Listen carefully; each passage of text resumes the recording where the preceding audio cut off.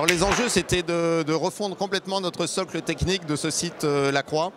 Parce qu'on avait des vrais problèmes de fiabilité. Chaque semaine, on avait des crashs du site et des temps de réponse qui étaient inacceptables pour des clients qui payent le contenu.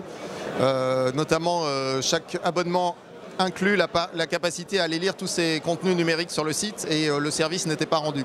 Donc on avait la nécessité de refondre cette plateforme. Et puis l'enjeu, c'était aussi de faire une avancée technologique qui était susceptible d'être utilisée pour nos autres sites de la maison. On a une centaine de sites web et d'applications, donc c'était vraiment un projet témoin qui devait nous faire grandir sur le plan technologique et de la performance.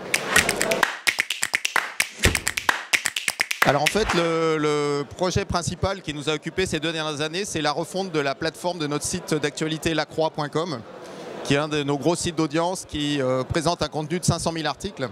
Et en fait qui était dans un ancien CMS Easy Publish qui avait des problèmes de performance et de fiabilité de manière générale.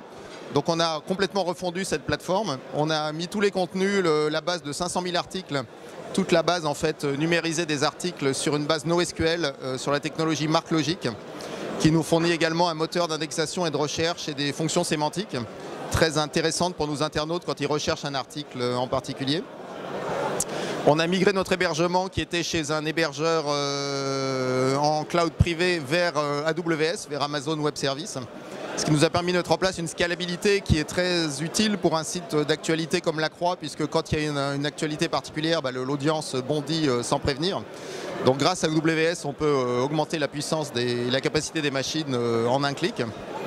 Et puis on a redéveloppé toute la partie front avec un framework Symfony, qui est le choix que Bayer a posé dorénavant pour l'ensemble de ses développements web, que ce soit en back ou en front office. Alors le résultat, c'est un site web qui est maintenant performant, dont les temps de réponse de hits sur la première page ont été divisés par 3 au minimum. On n'a plus aucun problème de down sur ce site. On a un trafic qui croît en permanence sur ce site et le trafic, c'est à la fois la capacité à monétiser notre audience vis-à-vis des annonceurs publicitaires. Donc c'est ce qui soutient notre chiffre d'affaires publicitaire et c'est également ce qui nous permet de conquérir de nouveaux abonnés, ce qui est absolument clé pour un quotidien national comme La Croix. Alors pas forcément de faire comme Bayard parce qu'on a vraiment tout changé du sol au plafond. On a changé toute la plateforme techno, ça a correspondu à une nouvelle formule éditoriale de La Croix, donc, qui impliquait l'ensemble des journalistes. Il y a une centaine de journalistes pour ce site d'actualité.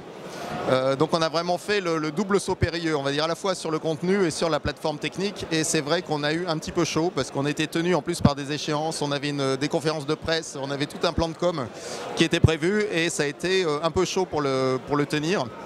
Mais au moins l'avantage, c'est qu'on a ouvert la tranchée, on a changé tout d'un coup et au final c'était derrière nous. Après il y a une phase de peaufinage et de stabilisation, mais on a eu une unité d'action, on va dire, qui nous a tenus tendus vers l'objectif. Donc si on a les nerfs solides, on peut faire comme on l'a fait. S'il y a capacité d'étaler un petit peu plus et de lotir le projet, moi je conseillerais peut-être de ne pas tout faire d'un coup parce qu'on a eu vraiment très très chaud, quoi.